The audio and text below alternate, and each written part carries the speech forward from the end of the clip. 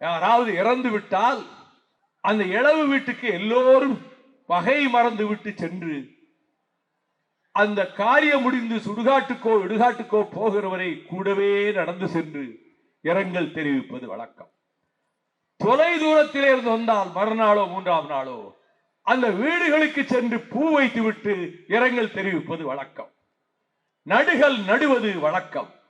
ஆனால் இந்த மனிதர் 45 நாள் கழித்து உயிர் பலியானவர்களின் குடும்பத்தினரை என்னை பார்க்க வாருங்கள், என்னை பார்க்க வாருங்கள் என்று ஆண்டவன் கூட சொல்ல மாட்டாரே. என்னை பார்க்க வாருங்கள் என்று சொல்லி காசுகளை கொடுத்து விட்டு இறந்து போனவர்களுக்காக நான் அனுதாபம் தெரிவிக்கிறேன் என்று துளியளவு குற்ற உணர்ச்சி இல்லாமல், அணுவளவும் பொறுப்புணர்ச்சி இல்லாமல் அவர்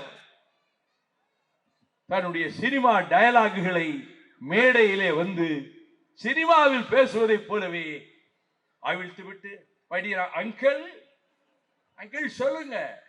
என்னையா அங்கிள் கிங்கிள், நீ என்ன சினிமாவில் நடிக்கிறியா?